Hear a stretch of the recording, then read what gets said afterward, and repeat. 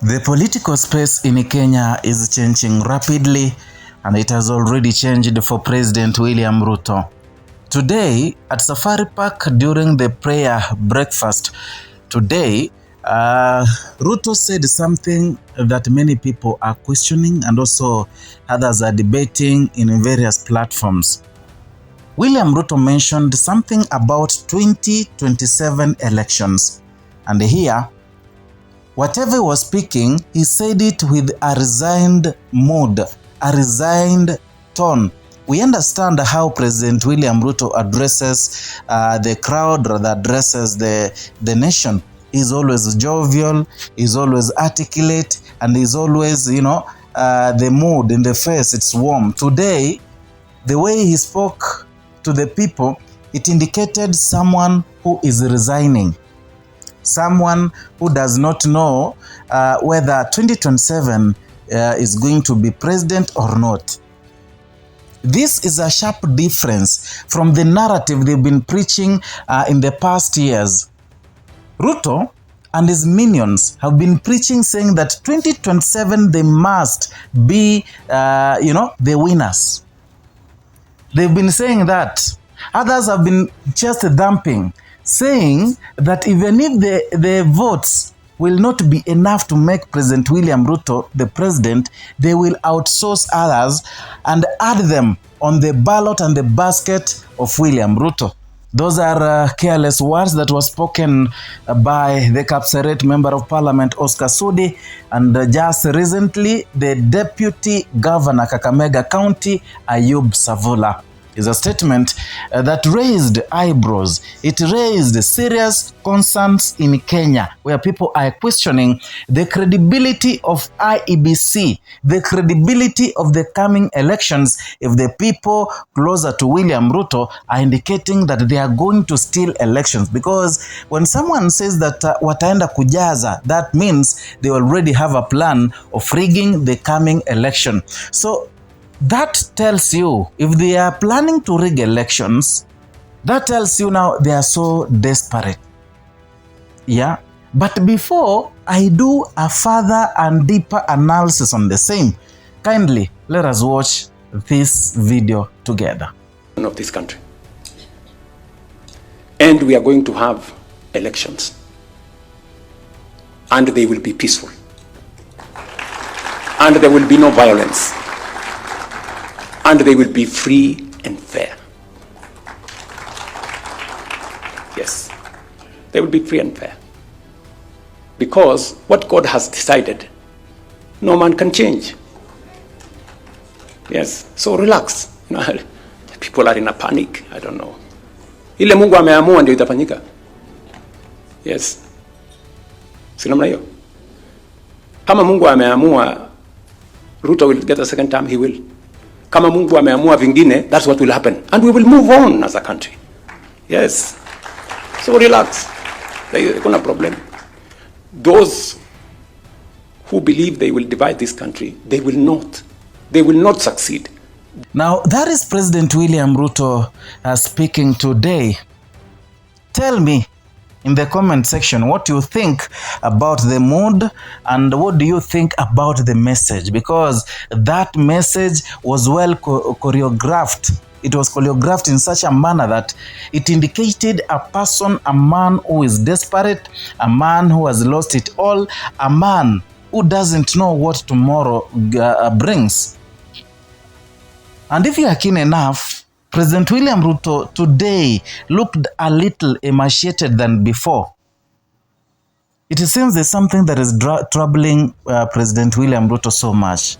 I don't know whether it is about 2027. I don't know whether it is about education, ill health. You can never be told about the president's health. But again, when you look at him, you realize that in as much as he was mocking Fred Matiang'i, saying that he eats a lot and that is why he is so huge to an extent of busting, and equally sleeping carelessly in meetings, in boardrooms, and also, polluting the environment carelessly. In as much as anasema hivyo, and also he says that anashinda gym, that body is not for someone who hits the gym regularly. It is for someone perhaps who is stressed out about the coming election, someone who is not feeling okay. But again, that aside, I'm back to what I wanted us to talk about. Now, I'm questioning the fact that recently, President William Ruto was just thumping, standing on top of his vehicle, saying, wale jamaa wale, mnawaona wale upinzani, hawana agenda, hawana maarifa, hawana akili, hao 2027 na wamalizia na breakfast. So that hubri he has been, speaking with, that bride, yeah. I wonder, why is the sudden change? Why is he changing that kind of approach he has been giving the 2027 election?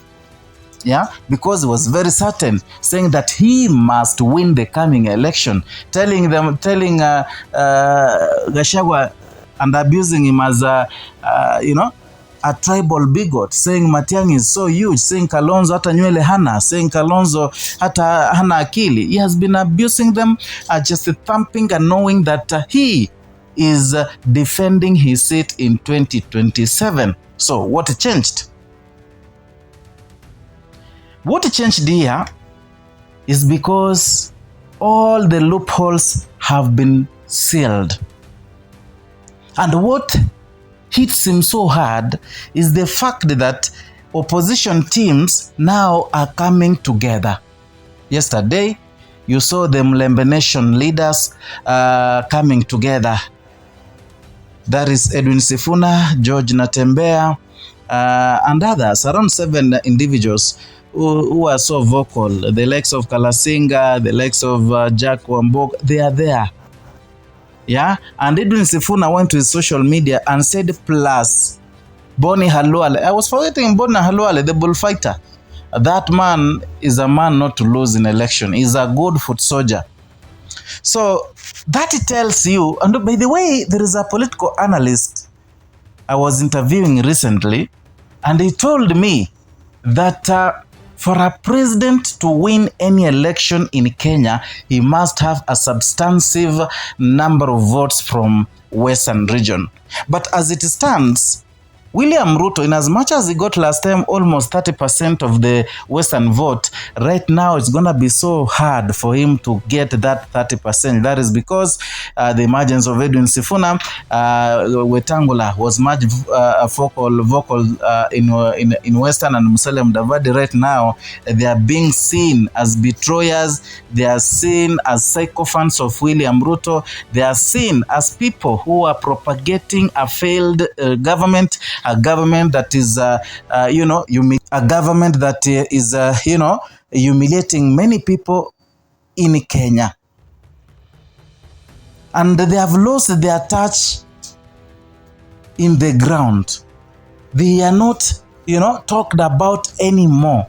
And as much as someone like Moses Wetangula had given William Ruto a lot of votes from Bungoma. In fact, Bungoma, William Ruto won against Raila Odinga in 2022 votes. But this time round, things are not okay. And William Ruto has realized that, because he has lost the Gusii region, he has lost the Mount Kenya region completely, he has lost the Western region, and Rift Valley is dwindling. And as much as that is his bedroom, things are difficult for this man. And that is why he's saying, whether I win this election or not, life must move on. And also, he told the people of UDA, the likes of Oscar Sudi, the likes of Savula, who are saying that they will steal the election. He said that if it is God's plan for him to lose elections, then let him lose. He's bound to lose anyway. Yeah, and they said that even if he loses that election, he'll have to move on with life. Life must not stop because William Ruto has lost election, and that is what many Kenyans want. In fact, the higher percentage of Kenyans, they want William Ruto to go home because they are tired with his kind of administration, they are tired with his kind of leadership, and this thing here is, affecting many Kenyans. I don't know what you think about William Ruto making it clear that, he might not win as in the situation and maybe might not win the coming election. I don't know what you think. Hit my inbox there. Write your comment. I will reply to each and every comment. And that maybe can make a basis of whatever I'm going to talk about in the next video that I'm preparing soon. So if you are new here, consider subscribing, liking and sharing our content. Hit the notification bell so that you can be receiving notifications each and every time we bring you a new content.